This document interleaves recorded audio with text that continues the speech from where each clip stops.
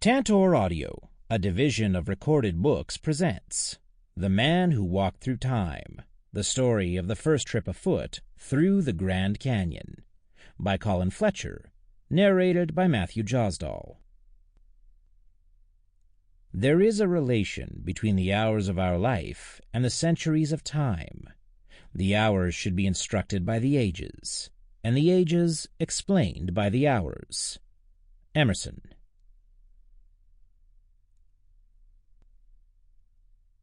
Time note. A quarter of a century ago, when I made this journey, Grand Canyon was largely untraveled below its rims. So I did certain things that, at the time, seemed legitimate. I lit occasional campfires, for example. I had 3 supply drops parachuted from low-flying aircraft. I killed a rattlesnake. I slept inside an Anasazi cliff dwelling. I hope you will understand that because of today's heavy travel in the canyon by backpackers and river runners, such acts would now be neither legitimate nor legal. Cf. 1990. The place. It would probably be a good thing to look first at some hard, objective facts. The Grand Canyon of the Colorado is a chasm that slices through the plateau country of northern Arizona like a gigantic and impossible desert crevasse. It is more than 200 river miles long. At its center, it is over a mile deep. If you built 4 Empire State Buildings in it, one on top of the other, they would not rise level with the rim. The canyon averages 10 miles across, but some of its bays swing back for 20, 30, even 40 miles. In all, it covers more than 1,000 square miles. But the vast bulk of this area is almost never visited. Even today, unexplored corners remain. The story of how the canyon came into being is quite simple. A long time ago, for the moment, let us call it 7 million years ago, the Colorado River meandered across a plain. Then a huge dome began to push up, very slowly in the river's path. As the dome rose, an inch a century perhaps, the river cut down into it. That is all. No sudden cataclysm, just an immensely slow adjustment to new conditions, on an immense scale and over immense spans of time. An adjustment that is probably still going on. Today, the Colorado runs in much the same place as it did before the dome began to rise. But the rocks that 7 million years ago bordered its banks now form the canyon's rim, a vertical mile above the river. It is easy enough, of course, to grasp this story with your intellect.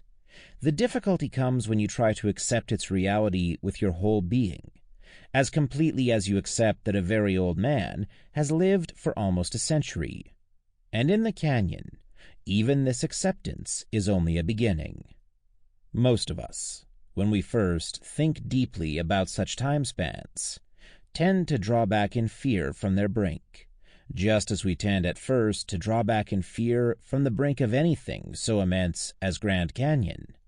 But it is worth remembering, I think, that some element of fear probably lies at the root of every substantial challenge. And it makes no difference at all whether the challenge is to your mind or to your body, or whether, with richer promise than either alone, it embraces both. The Dream. It happened quite unexpectedly, the way the big moments often do. A friend and I were driving from New York to the West Coast in early June, and we had detoured north from US 66 for a hurried look at Grand Canyon. It was mid-morning when we parked the car and walked across asphalt toward the rim. I had seen my quota of photographs and paintings, of course, and thought I knew what to expect. An impressive view that no self-respecting tourist ought to miss. Long before we came close, I saw the space, a huge, cleaving space that the photographs and paintings had done nothing to prepare me for, an impossible, breathtaking gap in the face of the earth, and up from this void shone a soft, luminous light. We came to the lip of the rim. And there, defeating my senses, was the depth and the distances, cliffs and buttes and hanging terraces, all sculptured on a scale beyond anything I had ever imagined. Colors neither red, nor white, nor pink, nor purple, but a fusion. And stamped across everything, the master pattern. Even before I had accepted what I saw, I heard the silence, felt it like something solid, face to face. A silence in which the squawk of a blue jay was sacrilege.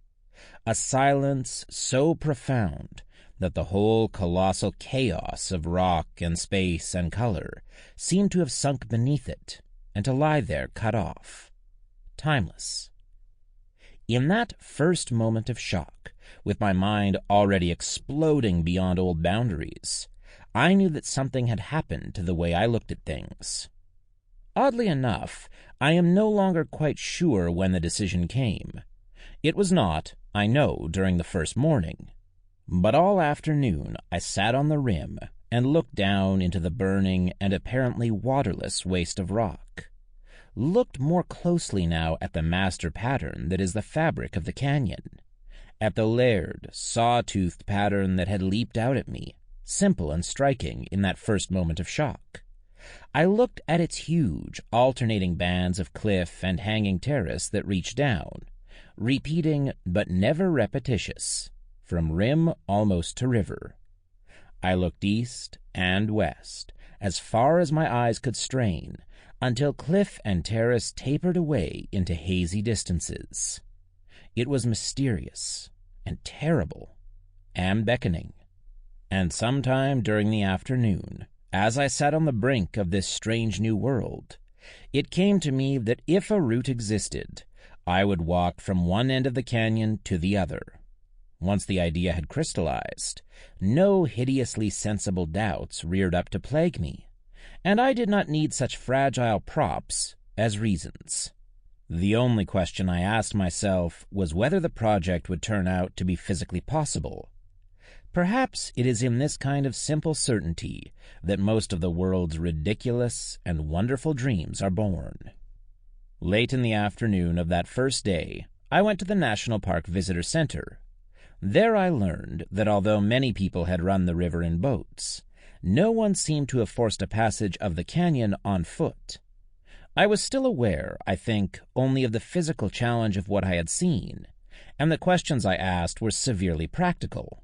I wanted to know, for example, whether it was possible for a man to make his way along those steep hanging terraces. I have called them hanging terraces because that was how they immediately struck me, but perhaps I should explain that they are narrow, steeply sloping ledges that often extend for mile after mile after mile as precarious steps between successive cliff faces. I also wanted to know whether water existed, here and there, down in that world of heat and dryness. But beyond the fact that people had died of thirst there, even in recent years, the only important thing I found out for certain was that nobody seemed to know very much about such matters. Yet, as I strolled around the visitor center and studied its exhibits and talked to park rangers, I learned many new facts. I learned about the vegetation that grows down in what your eye reports from the rim as a wasteland of bare rock. It is only distance that has canceled the signs of life. I learned about the many animals that live in that dead world, not only spiders and rattlesnakes, but deer and coyotes and bobcats and even mountain lions. I learned about the fossils, those messages from the ancient past, about the rocks, and about their meanings. And after a while, reaching out at least beyond mere information, I grasped that the canyon is a huge natural museum of the Earth's history.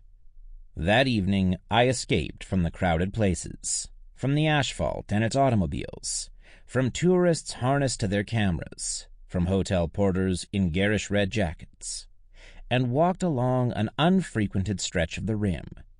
I sat down under a juniper tree, and in that quiet place, I found that I had moved inside the Sample complete. Ready to continue?